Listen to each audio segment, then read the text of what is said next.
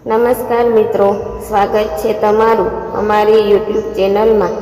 આજની કહાની ખૂબ જાણવા સમજવા જેવી છે, તો ચાલુ કરીએ આપણે આજની આ કહાની। એ પહેલાં વિડીયોને લાઈક અને જો આ ચેનલમાં પહેલી જ વાર આવ્યા હોય તો ચેનલને સબસ્ક્રાઈબ પણ કરી લેજો।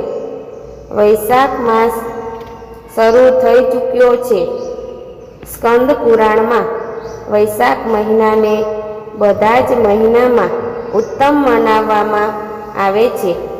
પુરાણોમાં ઉલ્લેખવામાં આવ્યું છે કે જે વ્યક્તિ વૈશાખ મહિનામાં સૂર્યોદય પહેલાં સ્નાન કરે છે અને વ્રત રાખે છે તેને ભગવાન વિષ્ણુની કૃપા પ્રાપ્ત થાય છે।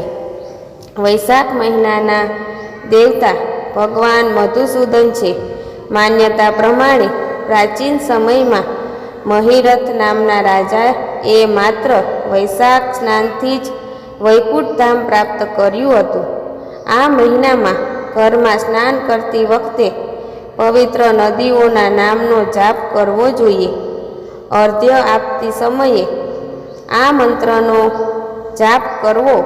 વૈશાખે મેષગે ભાનો પ્રાપ્ત સ્નાન પરાયણ અધ્યમ તેહમ પ્રદાસ્યામી ગૃહાણ મધુસૂદન।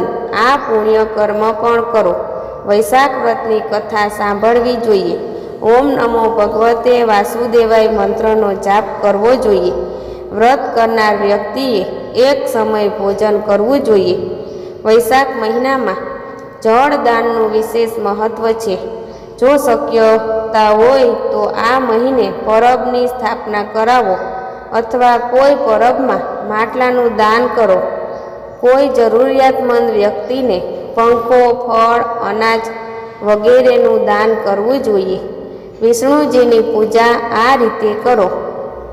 દરરોજ સવારે સ્નાન ઘરના મંદિરમાં ભગવાન વિષ્ણુની પૂજા કરો। મીઠાઈનું નૈવેદ્ય, ચોખા, પીળા ફૂલ અને ધૂપ દીપ વગેરે પૂજન સામગ્રીઓ અર્પણ કરો।